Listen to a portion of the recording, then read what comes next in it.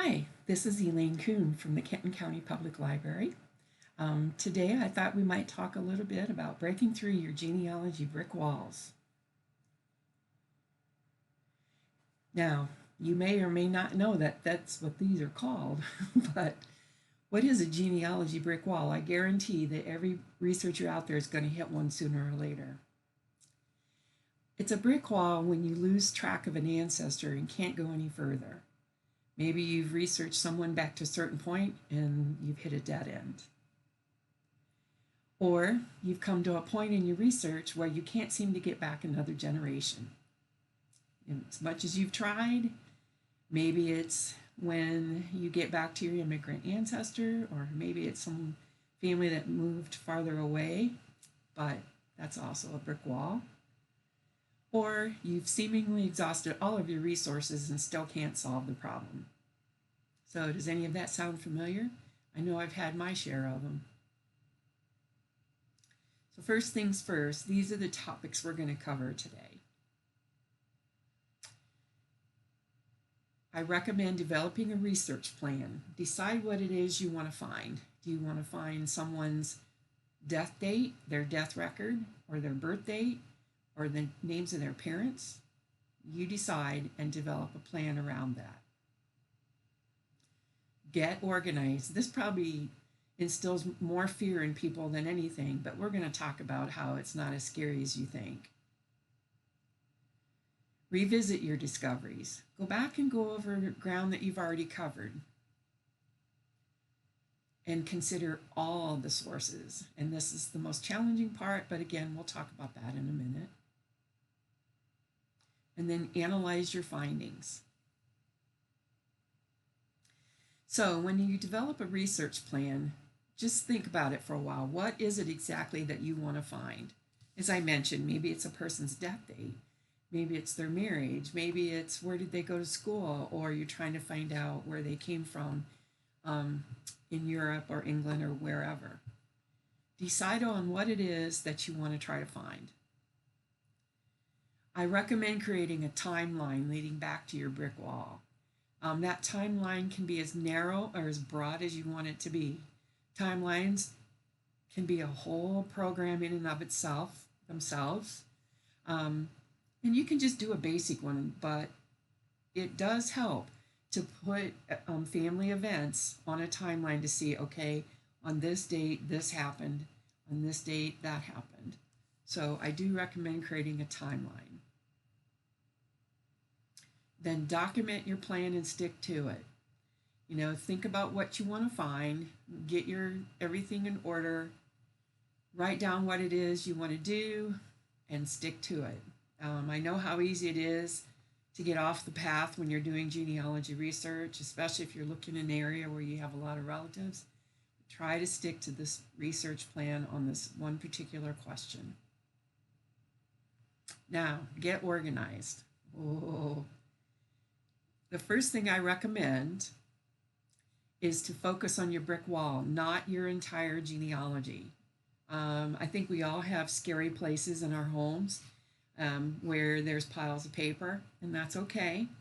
And if you don't, I admire your organizational skills. But focus just on your family where you have your brick wall, and gather up as much of the information that you can that you already have and put it in some sort of order. It's up to you what kind of order you want to put it in. You might work it with your timeline if you're going to create one. List all of your facts. Go from the known to the unknown. So for example, you know when someone died, you know that some of the children they had, but you don't know when and where they got married, and all you know is the wife's first name. So you've got lots of options for brick walls right there. But go with what you know and say, okay, say, for example, I know that this person died in this county in this state. And then go from there. Are there records that will back that up that might tell me something? Just always have your facts ready to go. I also recommend creating a research log to help you remember where have you been, What have you researched? What have you looked up? Who have you corresponded with? These are some forms that anybody can access from Ancestry.com, and I've put the address over here on the left.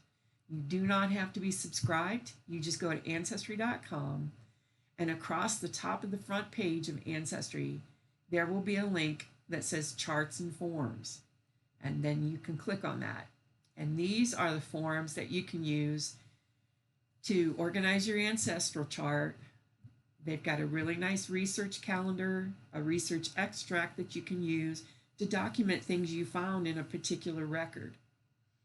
And then you have your correspondence record. And you might think that's kind of silly since so many people do email and phone calls. Well, that's what these are for. That doesn't have to be about writing in paper and ink. You know, you can keep a record of when was the last time I emailed that girl? You know, have I heard back from her, and so forth and so on. I also do want to point out that they have census forms there, which are really, really helpful to when you're looking at a census record, especially the old ones, when all they have are ones and twos and scratches in certain columns. These forms are really handy to make sense of all that. And then you're also going to find they have family group sheets. These actually come in handy when you hit a brick wall because you sometimes have to do what they call a lateral research, meaning you go and research the brothers and sisters at any level to see if maybe that's a way to get around your brick wall. And then this source summary also is helpful for keeping your resources in order. So when you revisit your discoveries, what I mean is look again at sources that you've checked to refresh your memory. I'm sure that all of you, in one form or fashion, will look at a census, a federal census, and think, oh, that's cool. And then you move on and you never go back to it. Well, it doesn't hurt to go back and look at it because in some cases, especially in online databases, they will often update the indexing.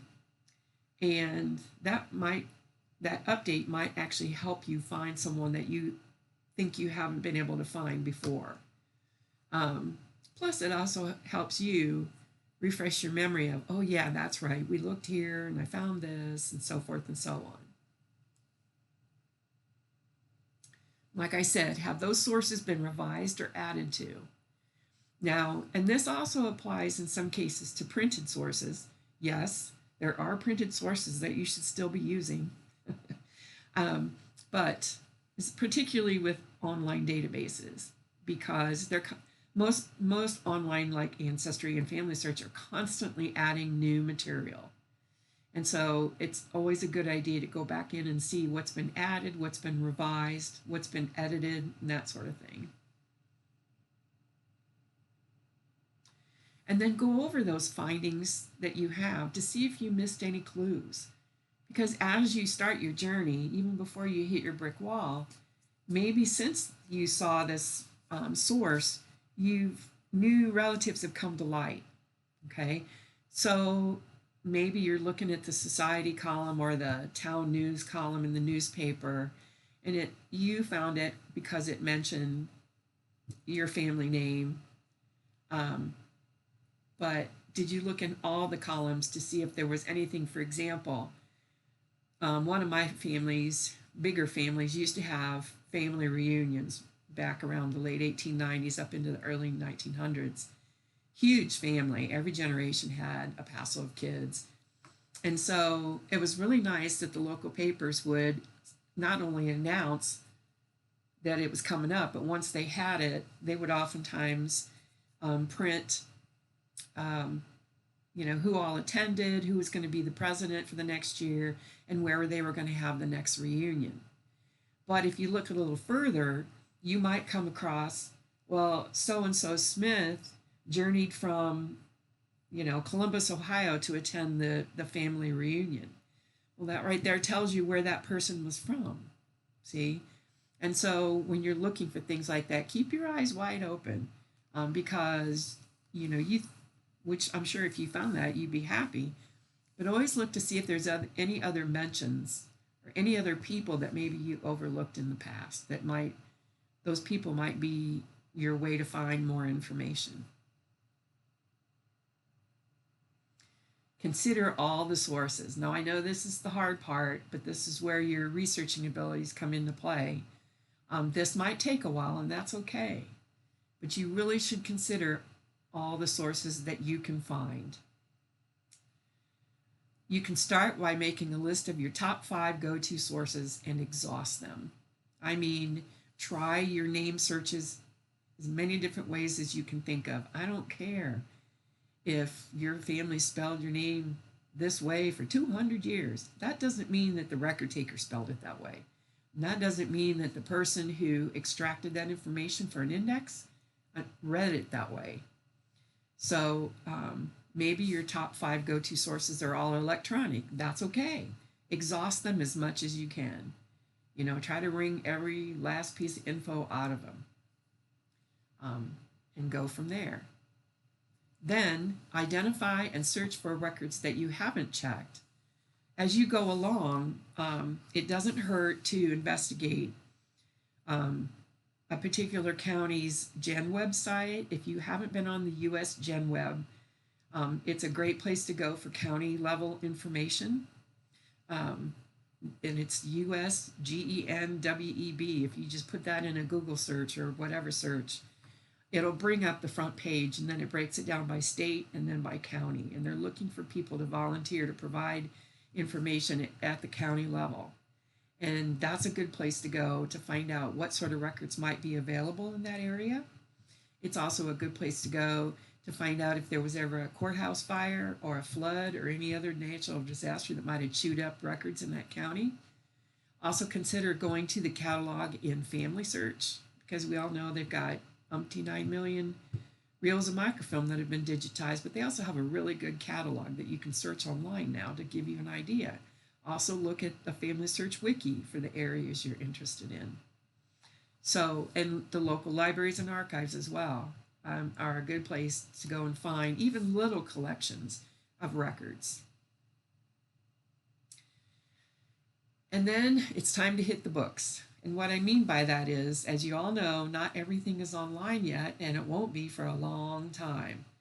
And now, even though it's getting faster and faster that more things are going online, there's just that much stuff that hasn't been digitized yet, and some of it might not ever be digitized. So consider your print sources, consider your archives, consider the local history and genealogical societies in the areas where you're interested. They may have collections of their own in a small library, or they may have given them to their local public library, or they may have given them to the state library. But there's a lot of printed material out there that may provide you with the information you're looking for. Okay. Investigate your fans and siblings. Now, I mentioned earlier, researching, doing a lateral search for siblings, because especially like if you have a female, trying to find the married name sometimes it's really challenging. Well, look for, first of all, look for their brothers and sisters. Maybe that one of them, there might be more information related to the family, and might give you just enough information to be able to move around your brick wall to get to the parents. And once you get to the parents, you can look for probate, you can look for deeds and all this other stuff. So that's why it's always good to investigate siblings. Now, if you're not familiar with what FANS are, FANS stands for Friends, Associates, and Neighbors. These are people who might have known your ancestor, might have worked with them, might have served with them in the military. A lot of times they moved. Nobody moved in a vacuum. I don't care what they say. The neighbor said, hey, guess what? We're going to pack up here in Germany and we're going to move to, I don't know, Western New York State. Well, once one of them gets there, one family gets there and writes back and says, oh, this is great. There's land, there's work, y'all should come. And they usually did. And so this also comes into play too, like when you're looking for more information on someone who served in the military, if you can get, say, for example, they applied for a pension, a lot of times there'll be affidavits in there from people who have known them for a long time. And so that can also provide you with a little more information. So that's why I recommend looking for these folks. And use social media. I mean, we're all on it probably a good share of our day. But if you haven't looked, for example, in Facebook, there are tons of pages and groups that are nothing but genealogy related. Kick around out there and see what's available. See what kind of pages that your genie friends have subscribed to. Some of them are very particular, like they only are about a particular county or a particular region. But throwing up a question there, you never know who's going to be able to help you. A lot of times I'll see where someone has a written record and they can't make out the handwriting. Well, there are people out there who are really good at that, just from experience, and you'll get some really interesting results, but it does help. So I always recommend using social media. It's like, help, I'm stuck, this and that and whatever. And then finally, use DNA. If you haven't taken a DNA test through Ancestry or 23andMe or any of the other companies, now might be a good time to do it. I'm really amazed at how far out some of the, they might be your fourth, fifth, or sixth cousins, but more people are getting more sophisticated about doing genealogy, and you'll soon find out that you have cousins and you have a common ancestor, which is awesome because they may be able to help you find out what it is you can't find. So you've gone through all this, you've checked all the sources, it's time to analyze your findings. Look at everything a source tells you and what it doesn't. Okay, so for example, maybe you found an obituary for the person you're looking for. What does it tell you? Does it tell you where this person was from? Does it mention the parents? Does it mention survivors? Because that also might be a way for you to find out more information. Find out who survived this person. Or it may even say who predeceased them, because that could lead you to clues too. But look at what it doesn't tell you. Like a lot of times, say for example, in a census record, you might find a woman with some children and it says she's widowed. There's a good chance she's not technically widowed. It could be that she's divorced, because divorce was kind of a shameful thing for a long time. So what people would do is say, oh yes, I lost my husband, several years ago, da-da-da-da-da. And they usually wouldn't press it any farther than that, when in fact, they got a divorce and he's long gone or remarried. So always look for that kind of stuff too. Don't dismiss something because it doesn't match your preconceived notions. Like when I was talking about the spelling of your names, don't dismiss it because you find something that mentions somebody named Tubby Smith. Well, maybe William Smith didn't like the name William or Willie, but his friends called him Tubby because he always had a bit of a little pouch, a little belly. Well, okay. Don't write it off because you've never come up on that nickname before. I have an ancestor like that. His real name was Valentine Purdy. I don't know if I could live with being called Valentine all day, but his nickname was Bruff, and I found Bruff spelled several different ways. And there were still some old timers when I first started my research, and they're like, oh yeah, I knew Bruff Purdy, he did this and he did that. Okay.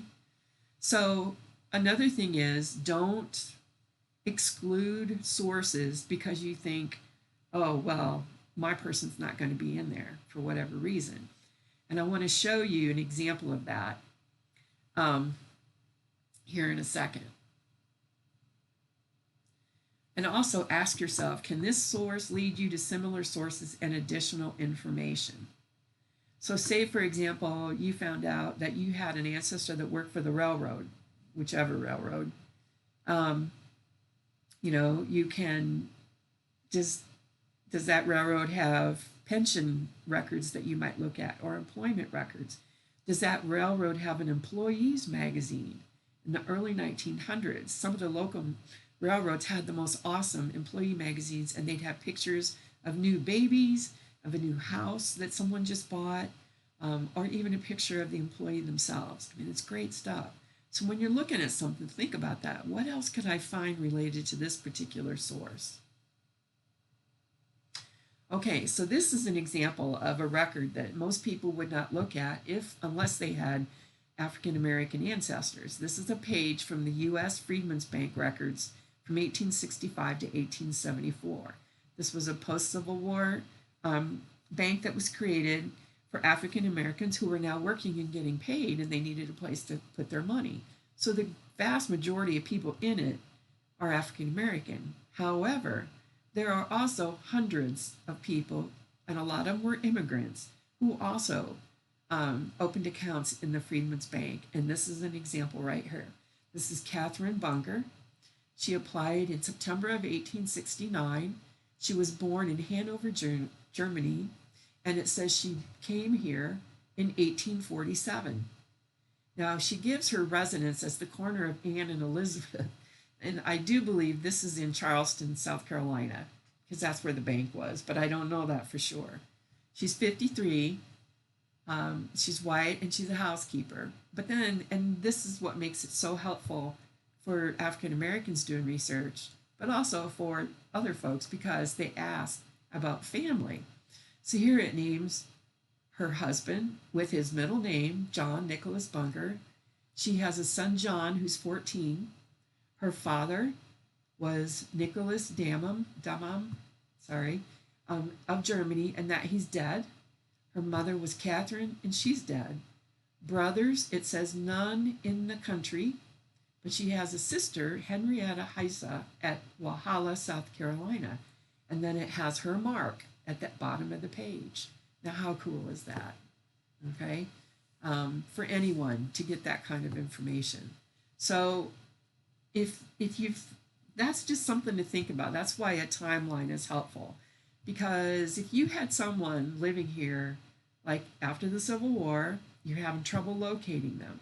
Now maybe you'll find her in the 1870 census, but you don't know where she came from or anything.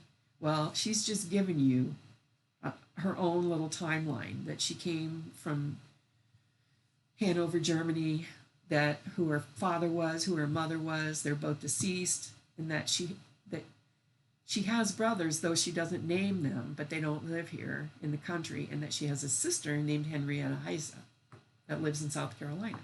So that's great stuff. So don't write off a record if you think, oh, I'm not going to find anything in there. It's worth looking.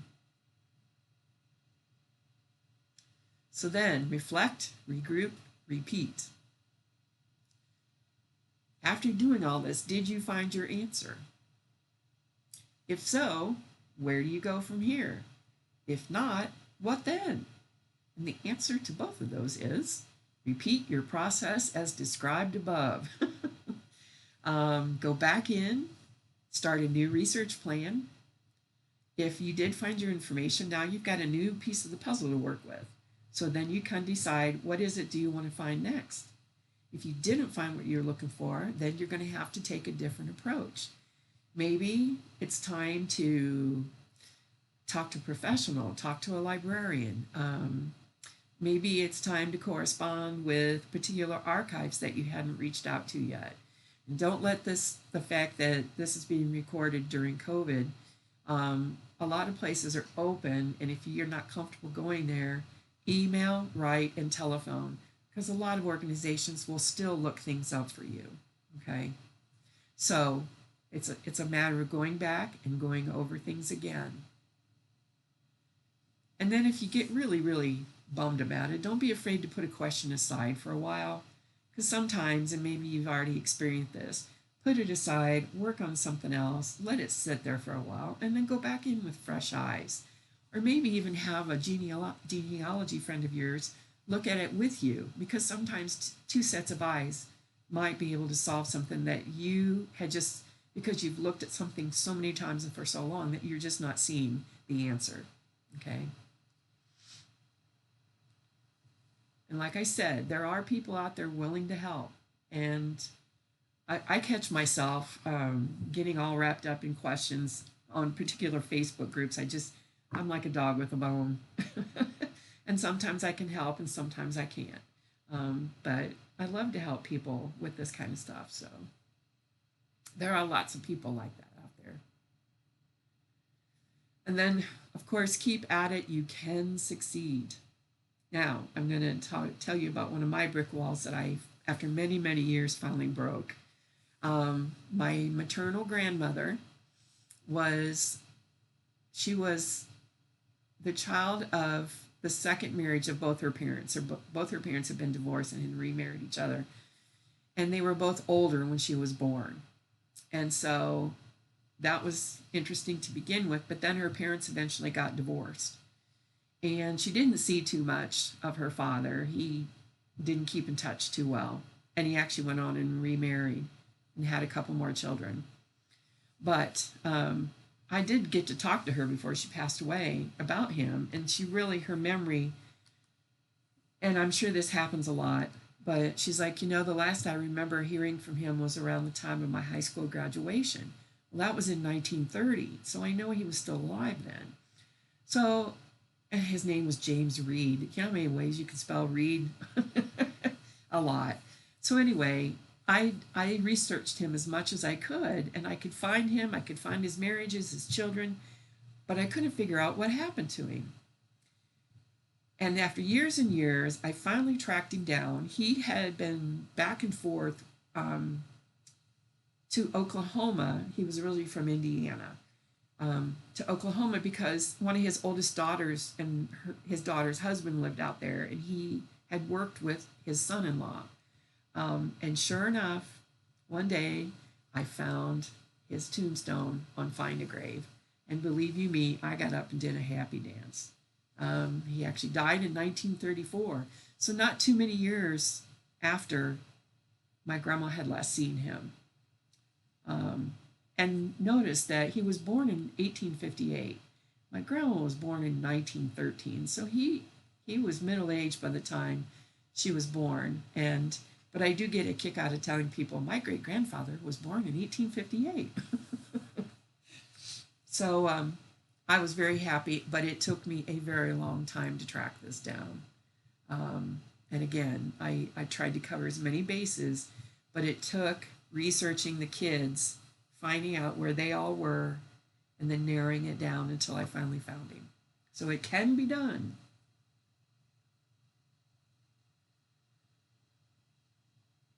Now, I put this up. I found this on the FamilyTreeMagazine.com website, and I put the link here in case you want to go get a copy for yourself.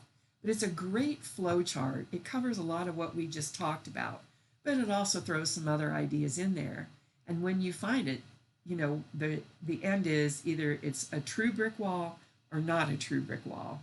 And very few things are a true brick wall, according to this. Have you reached the end of written records? Yes. Well, then it's a true brick wall. That's pretty far back, depending on where your ancestors are from. But, if you just can't quite seem to get past doing everything we just talked about, consider this flow chart, and maybe that'll spark some ideas for you. And again, if you just go out there and do brick wall family tree magazine, this will pop up, but then you've got the address right here too. So if you have any other questions or just feel like talking to somebody about maybe you've just hit a wall and you don't know where to go next, you can contact us here by email at history@kentonlibrary.org. You can call us at the number here on the screen, or you can go to our page on the library's website at kentonlibrary.org/genealogy. So thanks very much for listening, and I wish you good luck in your research, and maybe hope to hear from some of you in the future. All right, thank you.